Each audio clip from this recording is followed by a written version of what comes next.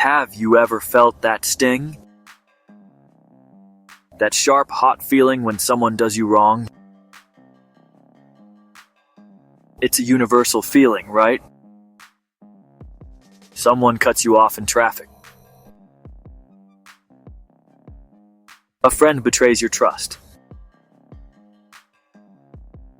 A boss takes credit for your hard work.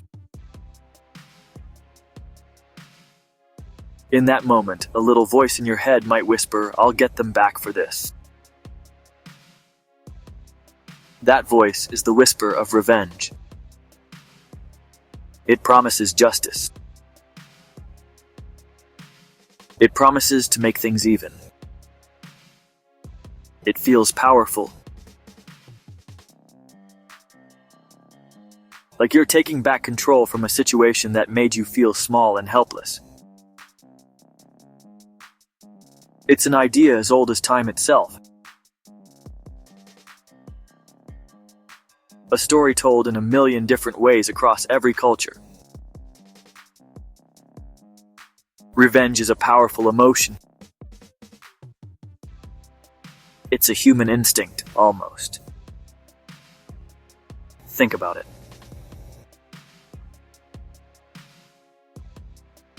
When we are hurt, our first reaction is often to hurt back. It's a defense mechanism. It's our brain trying to balance the scales. The problem is, the scales of justice are very, very tricky.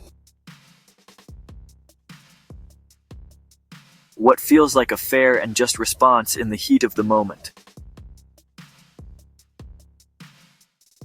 can look very different in the cold light of day.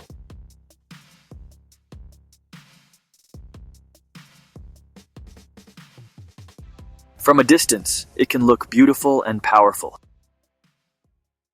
But get too close and it will burn you just as badly as the person you wanted to throw into it.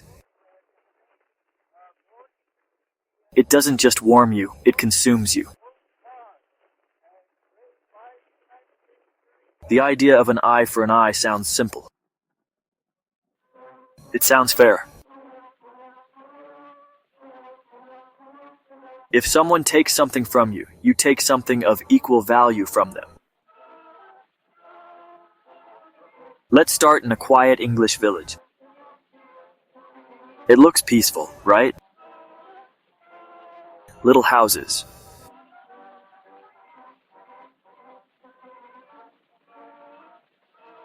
Friendly neighbors waving hello. But behind one of those doors lived two women, Rose and Brenda. They were neighbors for years. They shared cups of sugar. They chatted over the garden fence. But something small happened. A disagreement over a parking spot. A trivial thing. It planted a seed of bitterness. Rose felt disrespected. She felt Brenda had been rude. She felt Brenda had been entitled. The seed grew into a very large, very ugly tree of resentment. Rose decided she needed to do something.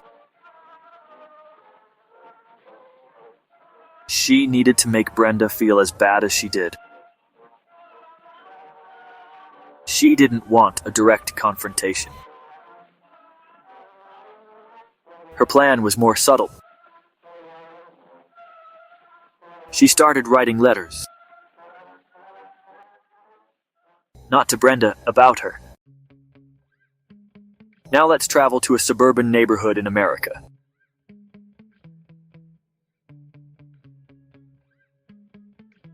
Frank was a simple man. He loved his home. He loved his quiet backyard. It was his sanctuary. New neighbors moved in next door, the Millers. They loved parties.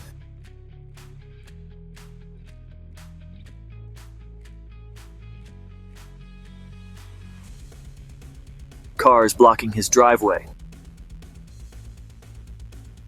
Frank tried to be reasonable. He asked politely to keep the noise down. The Millers laughed, told him to relax. They saw him as a grumpy old man. For Frank, this was disrespect. Anger began to simmer. Frank went big. Retired engineer at work, blueprints and tools. Building an automated sprinkler system. Sprinkler aimed at the Miller's patio.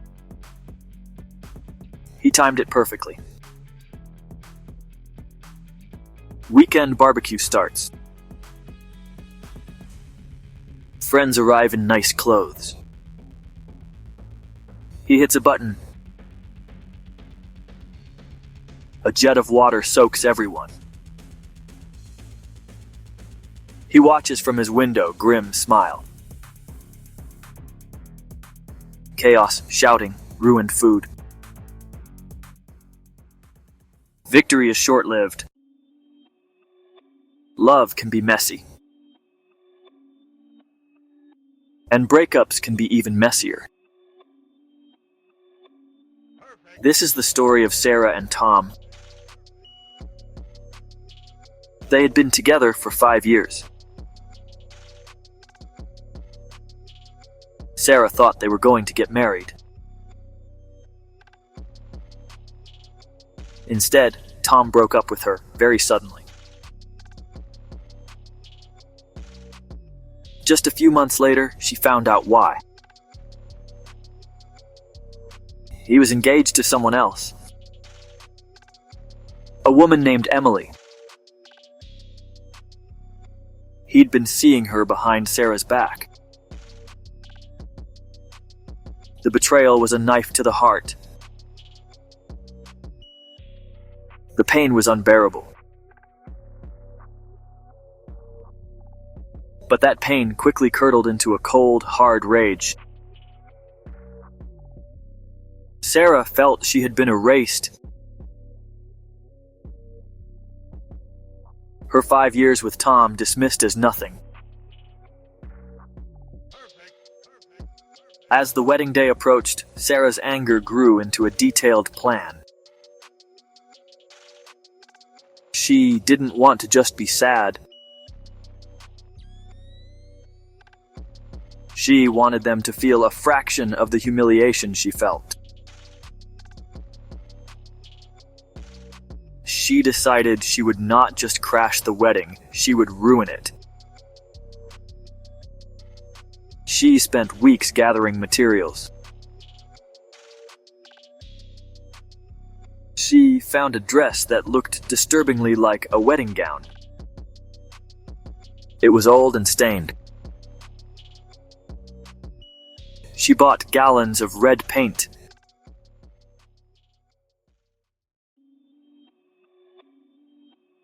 Some stories are darker than others. They show us what happens when the thirst for revenge pushes someone past the point of no return. In a small town in Japan, there was a man named Kenji. He was a successful businessman who owned a small chain of restaurants. He had a rival, another restaurant owner named Haruto. Their rivalry was intense but professional. But one day, Haruto went too far.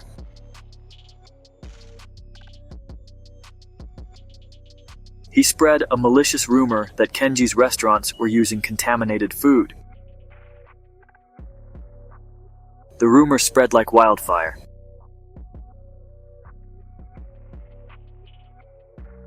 Kenji's business, which he had spent his entire life building, collapsed in a matter of weeks.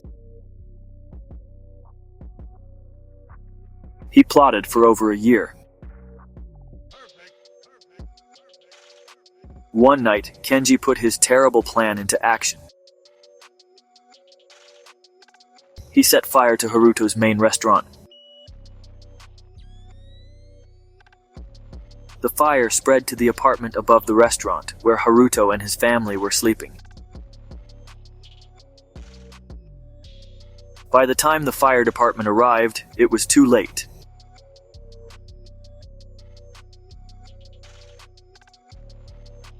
Haruto, his wife.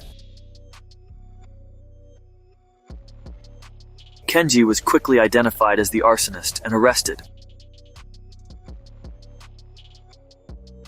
He received a life sentence, his own life now as destroyed as the ones he had taken. His quest for revenge ended not in victory, but in the ultimate tragedy for everyone involved. What happens after the revenge is complete?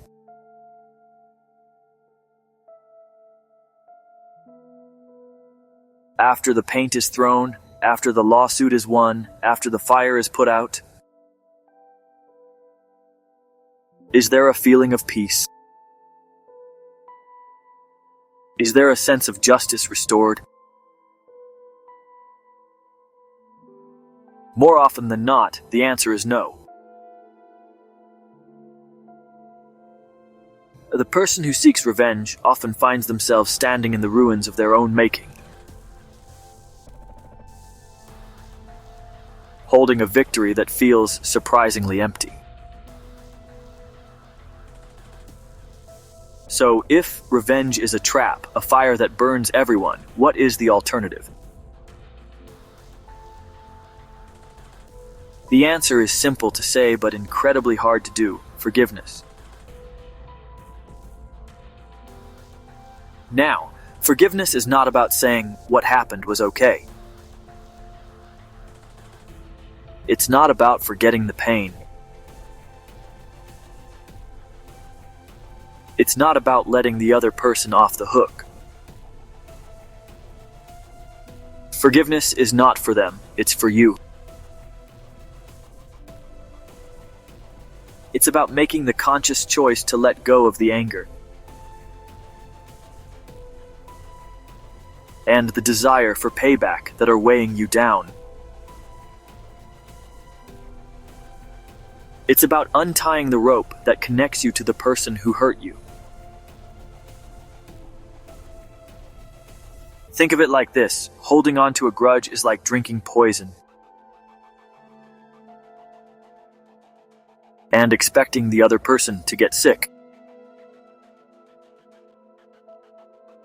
Forgiveness is a declaration of personal freedom.